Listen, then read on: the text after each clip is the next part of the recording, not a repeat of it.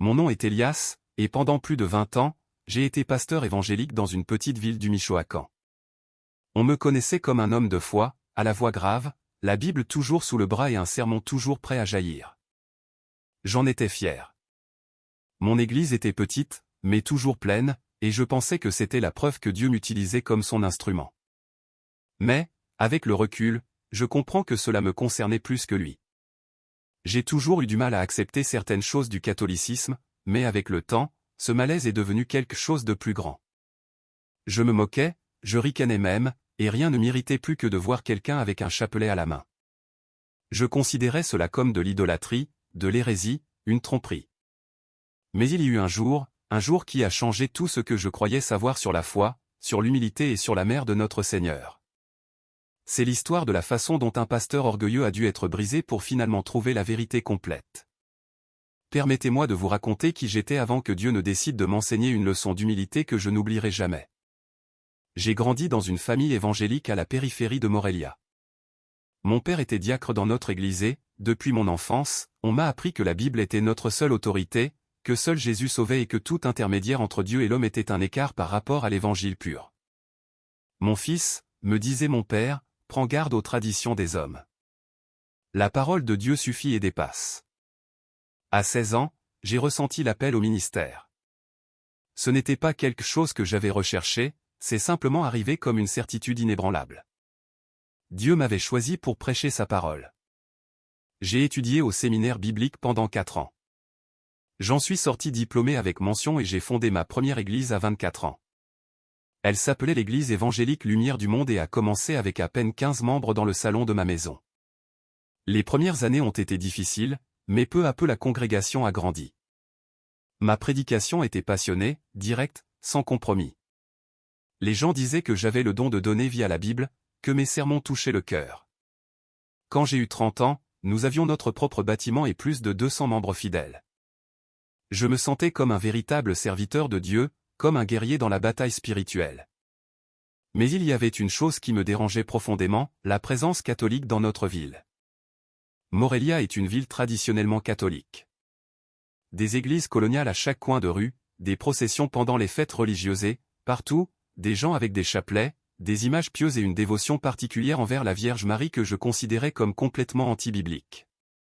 Comment peuvent-ils prier une femme ? Me demandais-je constamment. Comment peuvent-ils demander intercession à quelqu'un qui est déjà mort, alors que Jésus lui-même a dit « Je suis le chemin, la vérité et la vie » ? Ma femme, Elena, était plus tolérante. Elle avait grandi dans une famille catholique avant de se convertir à l'évangélisme lorsque nous nous sommes mariés. Elias, me disait-elle parfois, je ne pense pas que ce soit aussi mauvais que tu le penses. Ma grand-mère était très dévote de la Vierge et c'était une femme très bonne. Elena, lui répondais-je fermement, la bonté ne justifie pas l'erreur doctrinale. La Bible est claire. Il n'y a qu'un seul médiateur entre Dieu et les hommes, Jésus-Christ homme. Pendant des années, cette conviction a grandi en moi jusqu'à devenir presque une obsession. Dans mes sermons du dimanche, j'alertais fréquemment ma congrégation sur les dangers du catholicisme. Frères, proclamais-je depuis la chaire, prenez garde à ceux qui adorent les images, qui prient les saints morts, qui placent une femme à la place qui n'appartient qu'au Christ. La congrégation ressentait cela avec ferveur. Certains criaient « Amen » avec enthousiasme. Marie fut une femme bénie, oui, mais elle n'était que cela, une femme. Le Fils sauve, pas la mère.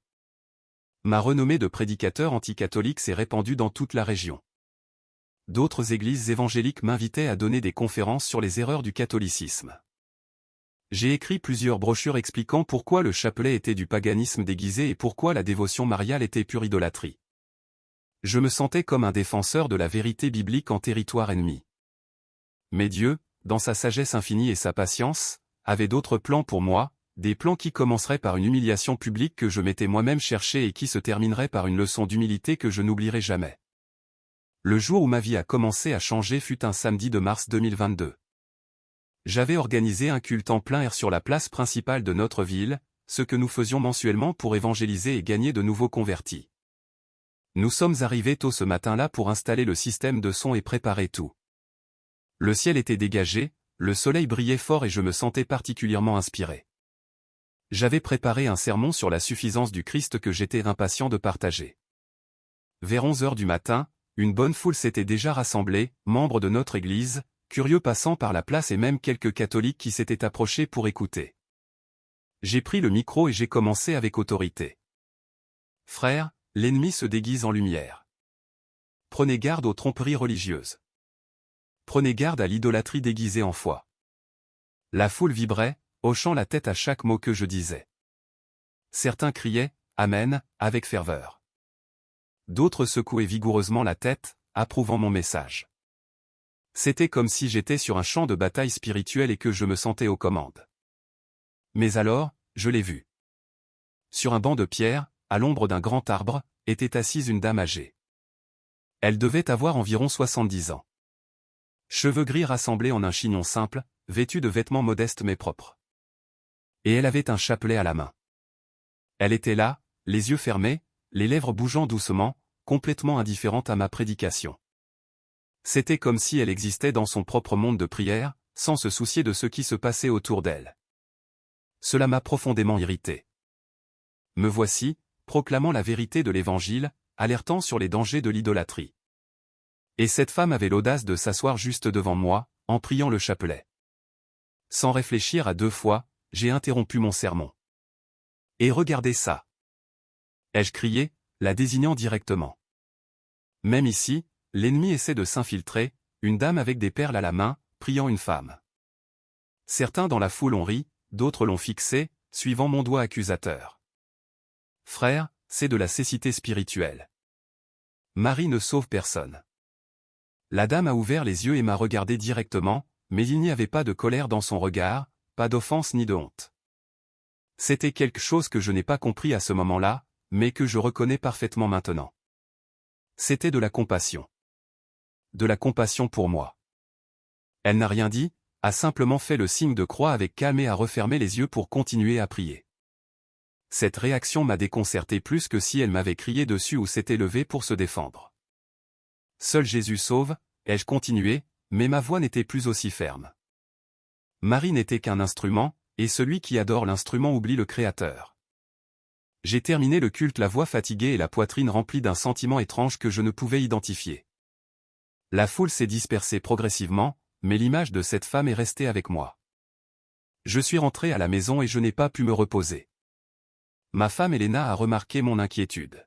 « Qu'est-ce qui ne va pas, Elias ?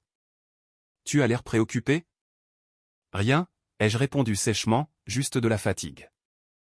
Mais ce n'était rien, c'était tout. C'était le début de quelque chose que je ne comprenais pas. Cette nuit-là, j'ai rêvé de la dame au chapelet, mais cette fois, elle n'était pas seule. Derrière elle se trouvait une figure que je n'avais jamais vue en rêve, une femme enveloppée dans un manteau bleu avec les yeux les plus tristes et les plus doux que j'ai jamais contemplés. Et elle me regardait comme si elle disait, « Tu ne sais pas ce que tu dis. » Je me suis réveillé en sueur, le cœur battant la chamade. C'est l'ennemi qui essaie de me confondre, ai-je murmuré dans l'obscurité. Mais quelque chose en moi disait le contraire. Les jours suivants furent étranges. Je continuais ma routine normale. Je prêchais, je rendais visite aux frères, je dirigeais les cultes en semaine, mais quelque chose avait changé. Ce rêve, ce regard ne quittait pas mon esprit. J'essayais de l'ignorer, de faire semblant que ce n'était qu'un tour de mon imagination, mais chaque fois que je fermais les yeux, ils étaient là, la dame au chapelet et la femme au manteau bleu. J'ai commencé à voir des choses que je ne remarquais pas auparavant. Lors d'une visite pastorale, je suis entré chez une sœur malade, près de son lit, il y avait une petite image de la Vierge Marie. Par impulsion, j'ai presque demandé qu'elle l'enlève de là, mais en regardant de plus près, j'ai vu la même tendresse du rêve. C'était un regard qui n'accusait pas, qui ne jugeait pas, il accueillait simplement. Je suis reparti confus. Pour la première fois de ma vie ministérielle, je n'étais pas sûr que ce que je croyais était complet. Mais c'est une semaine plus tard que quelque chose s'est réellement passé, quelque chose qui allait mettre à l'épreuve non seulement ma théologie, mais mon cœur de père. Mon fils David a commencé à tousser. Au début, j'ai pensé que ce n'était qu'un rhume ordinaire. David avait 8 ans.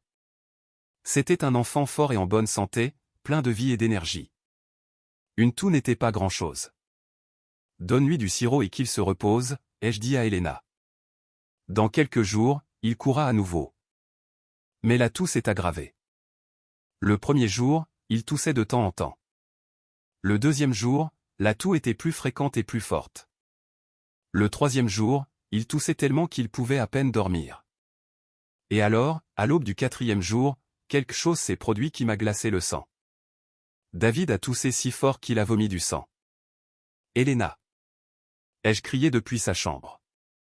Viens vite. Nous avons couru à l'hôpital le plus proche.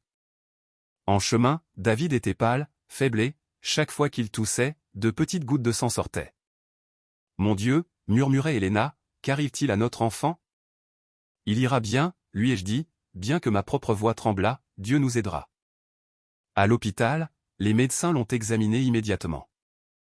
Radiographie, analyse de sang, test que je ne comprenais pas. Après 2 heures qui nous ont semblé une éternité, le médecin nous a appelés dans son bureau. Votre fils a une infection pulmonaire sévère, a-t-il expliqué avec sérieux. C'est compliqué, mais avec le traitement adéquat, il devrait se rétablir. Devrait? Ai-je demandé. Qu'est-ce que vous voulez dire par devrait? Le médecin a hésité un instant. Pasteur Elias, je vais être honnête avec vous. C'est une infection agressive. Nous ferons tout notre possible, mais vous devez vous préparer à toute éventualité. Le monde s'est effondré sous mes pieds. Moi, qui avais consolé tant de familles en crise, moi, qui avais prêché sur la foi au milieu des épreuves, moi, qui me considérais comme un guerrier spirituel, je me sentais soudain comme un enfant effrayé. David a été hospitalisé immédiatement. On l'a mis dans une chambre spéciale avec des tubes et des moniteurs connectés à son petit corps. Cette nuit-là, je suis resté à l'hôpital. Helena est rentrée se reposer quelques heures et rapporter quelques affaires, mais je ne pouvais pas m'éloigner de mon fils.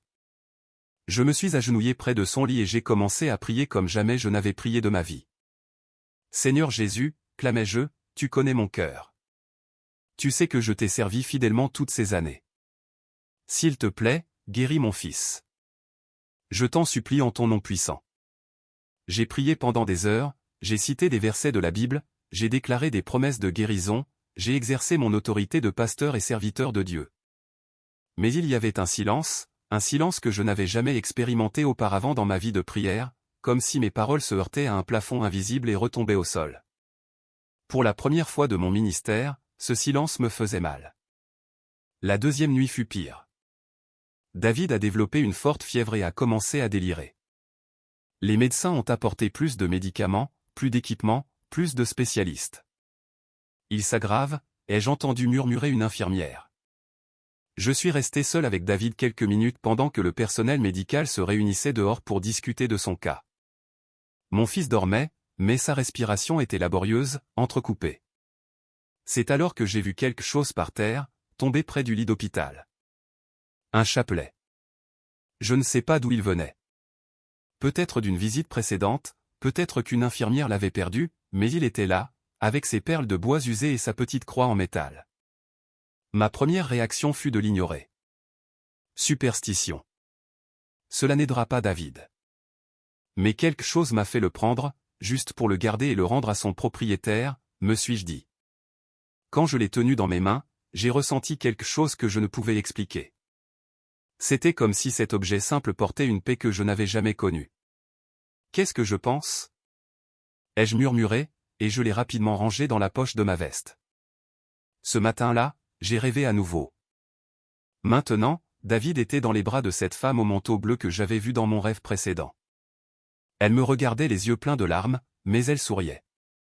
Il va aller bien, m'a-t-elle dit d'une voix plus douce que le vent. Mais tu dois ouvrir ton cœur. Je me suis réveillé en pleurant. Ce n'étaient pas des larmes de désespoir, mais de quelque chose que je ne pouvais identifier. C'était comme si quelque chose de très dur en moi avait commencé à se fissurer. J'ai repris le chapelet dans ma poche. Je l'ai regardé longtemps dans la pénombre de la chambre d'hôpital et alors, pour la première fois de ma vie d'adulte, j'ai fait quelque chose que j'avais critiqué pendant des décennies. La honte même de moi-même, j'ai murmuré à voix basse. Marie, je ne te connais pas bien. Je ne sais pas si c'est bien ou mal, mais si tu es près de Dieu, comme ils le disent, si tu peux vraiment intercéder, s'il te plaît, aide mon fils. C'était comme si une digue s'était rompue en moi. Je ne te demande pas de le sauver toi-même. Juste si tu peux parler à ton fils pour nous, s'il te plaît. À ce moment-là, quelque chose a changé dans la chambre. Je ne peux pas l'expliquer scientifiquement, je ne peux pas le prouver théologiquement, mais c'était comme si une présence douce et maternelle avait rempli l'espace. Et, pour la première fois depuis des jours, j'ai ressenti la paix, une paix qui dépasse toute compréhension, comme le dit l'Écriture. Mais cette fois, cette paix semblait enveloppée dans un manteau bleu. Le lendemain matin est arrivé avec une surprise qu'aucun médecin ne pouvait expliquer. Je m'étais endormi sur la chaise de l'hôpital, le chapelet toujours à la main, lorsque l'infirmière m'a réveillé par une douce tape sur l'épaule. « Pasteur Elias », m'a-t-elle dit avec un sourire, « votre fils est réveillé et il demande après vous. » J'ai sauté de ma chaise comme si j'avais été frappé par la foudre. J'ai couru jusqu'au lit de David et il était là, assis, les yeux brillants et un sourire faible, mais sincère. « Papa » m'a-t-il dit d'une voix rauque, mais claire. J'ai fait le plus beau rêve. « Qu'est-ce que tu as rêvé, mon amour ?» ai-je demandé, des larmes de soulagement coulant sur mes joues. J'ai rêvé d'une très belle dame habillée en bleu, m'a-t-il raconté. Elle m'a dit de ne pas m'inquiéter, que j'allais bien aller et que toi aussi tu allais bien aller. Mon cœur s'est arrêté. T'a-t-elle dit autre chose? David hocha la tête. Elle m'a dit que tu es très têtu, mais que tu as un bon cœur, et elle m'a demandé de te dire qu'elle te connaît depuis longtemps. Mes jambes ont faibli. J'ai dû m'asseoir sur le lit d'hôpital. Le médecin est arrivé quelques minutes plus tard pour examiner David. Son expression d'incrédulité était évidente alors qu'il vérifiait les signes vitaux, écoutait ses poumons et vérifiait sa température. « Je ne comprends pas », murmura-t-il. Hier soir, son état était critique. Aujourd'hui, c'est comme si l'infection avait disparu. Il a ordonné de nouvelles analyses de sang et radiographie. Les résultats sont arrivés cet après-midi-là. David était complètement guéri. Il n'y avait aucune trace de l'infection qui avait menacé sa vie à peine 24 heures auparavant. Médicalement parlant, nous a expliqué le médecin, c'est inexplicable. Mais votre fils va parfaitement bien, vous pouvez le ramener à la maison. David s'est rétabli plus vite que tous les médecins ne l'avaient prédit. En moins de 3 jours, il courait déjà dans les couloirs de la maison avec son énergie habituelle. Mais moi, je n'étais plus le même. Le chapelet était toujours dans ma poche comme un secret intime que je n'osais partager avec personne, même pas Elena. J'ai essayé de reprendre ma routine normale. Je suis retourné prêcher le dimanche, j'ai dirigé les études bibliques en semaine, j'ai visité les malades de la congrégation. Mais mes sermons sonnaient creux, même pour moi. C'était comme si je parlais de mémoire, sans le feu qui caractérisait autrefois ma prédication. Les membres de l'Église l'ont remarqué. « Pasteur », m'a dit don Roberto, l'un des diacres les plus anciens, vous ne vous sentez pas bien. Ces derniers temps, vous semblez différent. Je vais bien, frère Roberto, ai-je menti, juste un peu fatigué après la maladie de David. Mais ce n'était pas de la fatigue, c'était une crise spirituelle profonde. Un soir, 2 semaines après la sortie de David de l'hôpital, je n'en pouvais plus. Je me suis assis seul dans mon bureau, entouré de mes livres de théologie, de mes commentaires bibliques, de mes sermons soigneusement préparés, et j'ai sorti le chapelet. Je l'ai regardé longtemps, me rappelant toutes les fois où j'avais prêché contre lui, toutes les occasions où j'avais traité d'idolâtres ceux qui le priaient, mais je me suis aussi rappelé la paix que j'avais ressentie en le tenant pour la première fois à l'hôpital. Je me suis rappelé le rêve de David. Je me suis rappelé les paroles de cette femme au manteau bleu, « Tu dois ouvrir ton cœur ». Les mains tremblantes, j'ai commencé à examiner les perles. Je ne savais pas exactement comment l'utiliser, mais les mots venaient d'un endroit profond de ma mémoire. Peut-être de conversations entendues enfant, peut-être de la grâce elle-même. Je vous salue, Marie. Je tremblais à chaque mot. Cela ressemblait à une trahison de tout ce que j'avais prêché pendant 2 décennies. Le Seigneur est avec vous. Mais cela semblait aussi juste, comme si je prononçais enfin des mots que j'attendais de dire toute ma vie sans le savoir. Vous êtes bénie entre toutes les femmes. Les larmes ont commencé à couler sur mes joues. Ce n'étaient pas des larmes de culpabilité ou de honte, mais de quelque chose de plus profond. C'était comme si un mur très haut en moi avait commencé à s'effondrer. Et Jésus, le fruit de vos entrailles, est béni. Ces mots résonnaient en moi comme jamais auparavant. Jésus, le centre de tout. Mais maintenant je comprenais qu'honorer sa mère ne lui enlevait pas d'honneur. Lorsque j'ai terminé ce premier Ave Maria, je suis resté assis en silence, tenant le chapelet comme on tient un trésor nouvellement découvert. Pour la première fois de ma vie d'adulte, je me suis senti comme un jeune enfant qui avait trouvé refuge sur les genoux d'une mère aimante. Et à ce moment-là, j'ai compris quelque chose qui changerait ma vie pour toujours. Marie ne rivalisait pas avec Jésus, elle me menait directement à lui. Mais le vrai changement ne faisait que commencer, et la plus grande épreuve de ma nouvelle compréhension viendrait très bientôt. Les jours suivant mon premier chapelet furent de profondes réflexions et de recherches. J'ai commencé à lire sur la dévotion mariale, non pas pour la critiquer comme je l'avais fait pendant des années, mais pour la comprendre sincèrement. J'ai trouvé des passages bibliques que j'avais ignorés ou mal interprétés. Qu'il me soit fait selon ta parole, de Marie à l'Annonciation. Faites tout ce qu'il vous dira, aux noces de Cana. Jésus lui-même remettant sa mère aux disciples bien-aimés depuis la croix. Comment avais-je pu manquer ces preuves de l'importance de Marie dans le plan du salut? Une semaine plus tard, j'ai pris une décision qui, je le savais, changerait tout. J'ai cherché Donia Conception, la dame au chapelet, que j'avais publiquement humiliée sur la place le jour qui me semblait maintenant si lointain. Je l'ai recherchée jusqu'à ce que quelqu'un me donne son adresse. Je suis arrivé chez elle un après-midi, le cœur plein de nervosité et de repentir. C'était une maison modeste à la périphérie de la ville, avec un petit jardin où poussaient des fleurs simples. J'ai frappé à la porte les mains tremblantes. Donia Conception a ouvert et, quand elle m'a vu, son visage a montré de la surprise, mais pas d'hostilité. « Pasteur Elias, dit-elle simplement, en quoi puis-je vous aider ?» Donia Conception, ai-je commencé, mais les mots se sont coincés dans ma gorge. Je viens vous demander pardon. Ses yeux se sont immédiatement remplis de larmes. Entrez, pasteur, entrez, s'il vous plaît.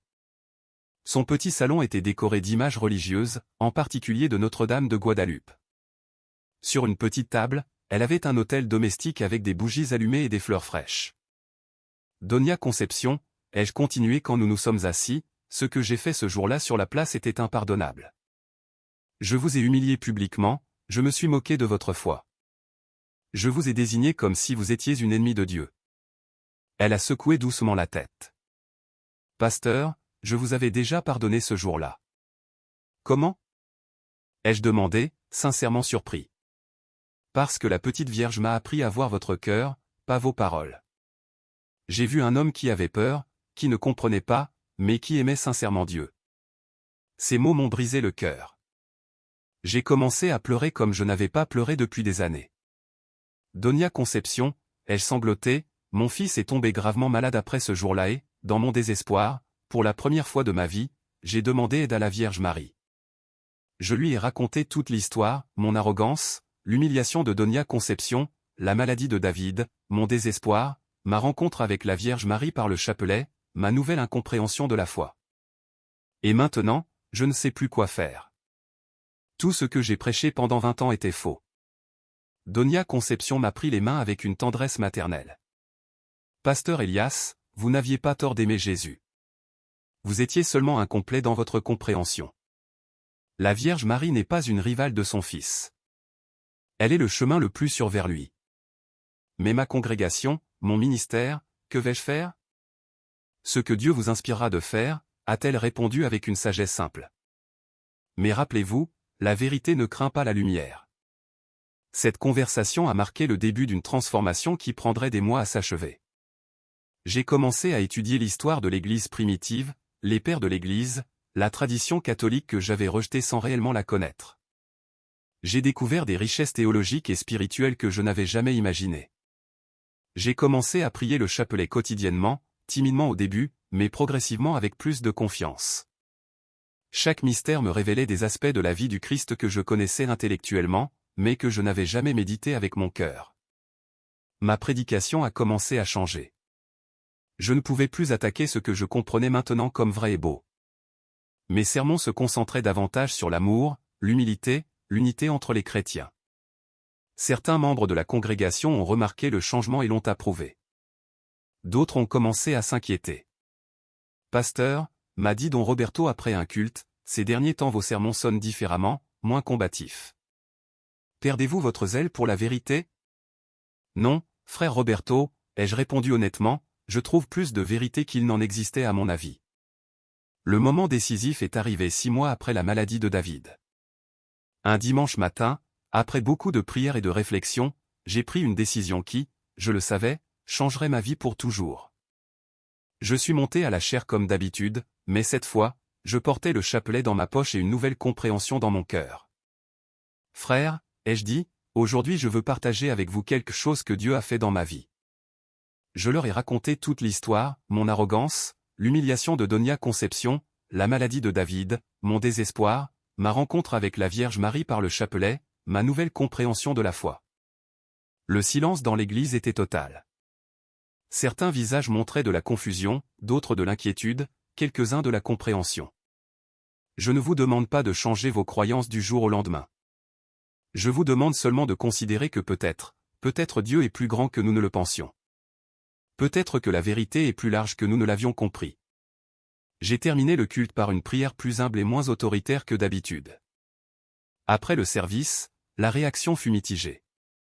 Certaines familles se sont approchées pour me soutenir et me dire qu'elles avaient ressenti la présence spéciale de Dieu pendant mon témoignage. D'autres sont partis sans dire au revoir, visiblement perturbés. Dans les semaines suivantes, la division au sein de la congrégation est devenue évidente. Environ la moitié des membres ont décidé de rester et de marcher avec moi dans cette nouvelle compréhension. L'autre moitié, dirigée par Don Roberto, a décidé de former une nouvelle église. Pasteur Elias, m'a dit Don Roberto le jour de leur départ, je vous respecte en tant qu'homme, mais je ne peux plus suivre votre leadership. Vous vous êtes égaré de la vérité biblique. Ce fut douloureux, mais j'ai compris sa position. J'avais été exactement pareil quelques mois auparavant. Je vous respecte, frère Roberto, et je prie pour que Dieu nous guide tous vers la vérité complète. Les mois suivants furent de profondes recherches spirituelles. Avec la congrégation réduite de moitié, j'ai eu plus de temps pour étudier, prier et, surtout, pour visiter la paroisse catholique de notre ville. Au début, j'y allais juste pour observer, m'asseyant au dernier banc pendant la messe dominicale. C'était fascinant de voir la liturgie, d'écouter les lectures bibliques présentées dans un contexte cérémoniel riche en symbolisme et en tradition. Le père Miguel, le curé, a remarqué ma présence régulière et s'est finalement approché de moi. « Bonjour », m'a-t-il dit après une messe. « Je suis le père Miguel. J'ai remarqué que vous venez souvent. Puis-je vous aider en quelque chose ? Je suis le pasteur Elias de l'église évangélique Lumière du Monde. J'explore. » Son sourire fut sincère et accueillant. « Ah, le pasteur évangélique. J'ai entendu parler de vous. Souhaitez-vous discuter un jour ? » Ces conversations avec le père Miguel furent fondamentales dans mon processus de conversion. C'était un homme cultivé, patient, qui n'a jamais essayé de me faire pression ou de me convertir.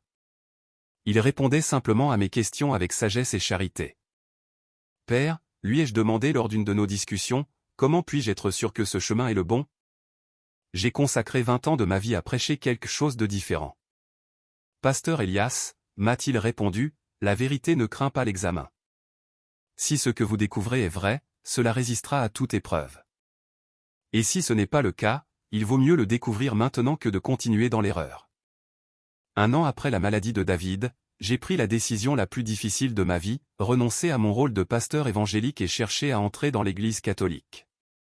La nouvelle s'est répandue dans toute la ville comme un incendie. Le pasteur Elias est devenu catholique, disaient certains avec scandale. Il a perdu la foi, commentaient d'autres. Mais je connaissais la vérité. Je n'avais pas perdu la foi, je l'avais trouvée complète.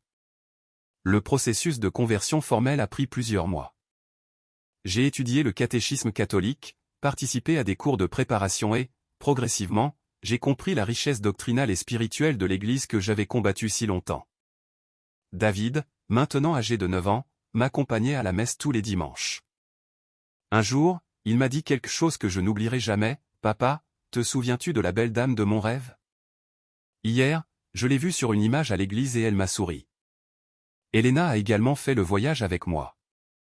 Au début, elle avait des réserves, mais progressivement, elle a trouvé dans le catholicisme une profondeur spirituelle qui complétait parfaitement notre foi protestante précédente.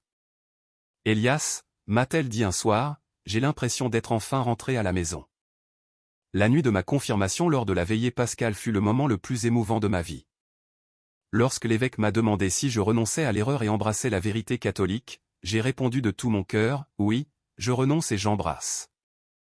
Lorsque l'eau a touché mon front, j'ai senti comme si toutes les années de recherche, de lutte, d'orgueil brisé, avaient enfin un sens. Après la cérémonie, Donia Conception s'est approchée de moi, les yeux remplis de larmes de joie. Elias, m'a-t-elle dit, elle ne m'appelait plus pasteur Elias.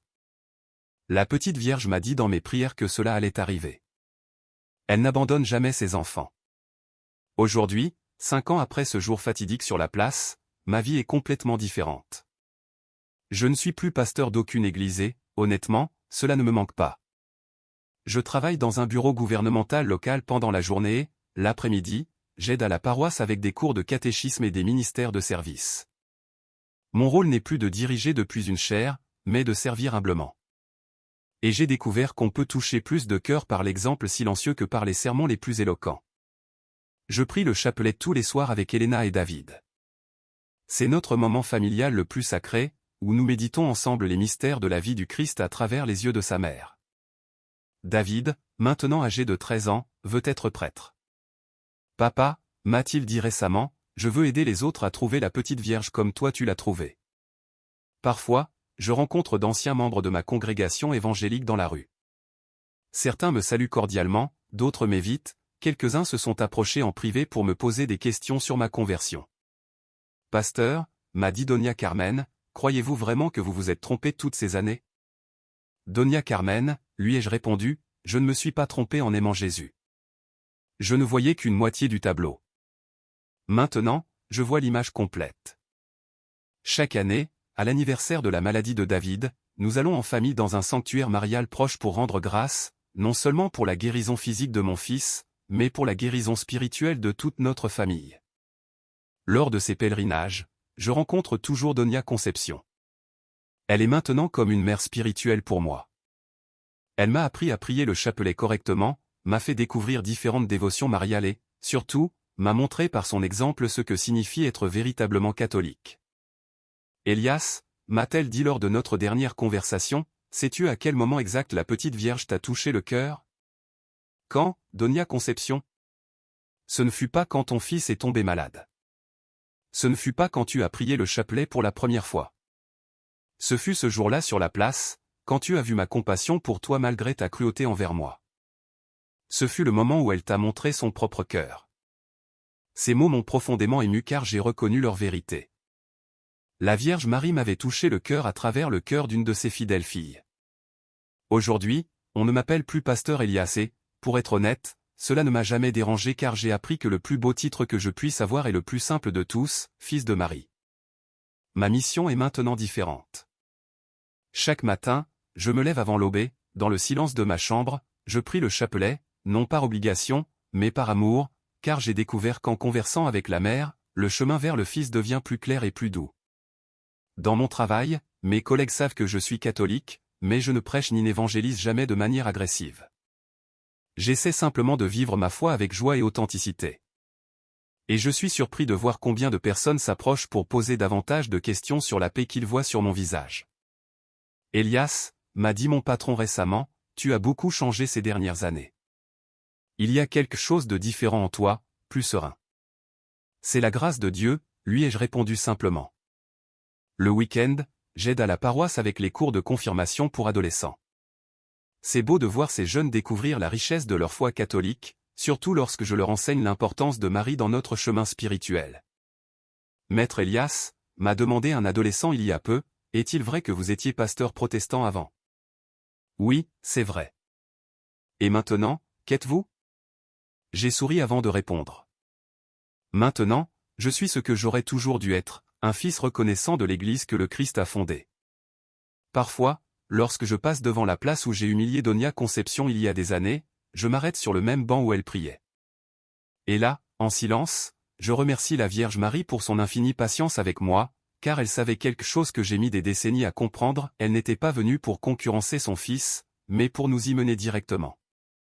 Certaines nuits, lorsque je prie dans l'obscurité de ma chambre, je peux percevoir subtilement cette odeur de rose que David a décrite dans son rêve.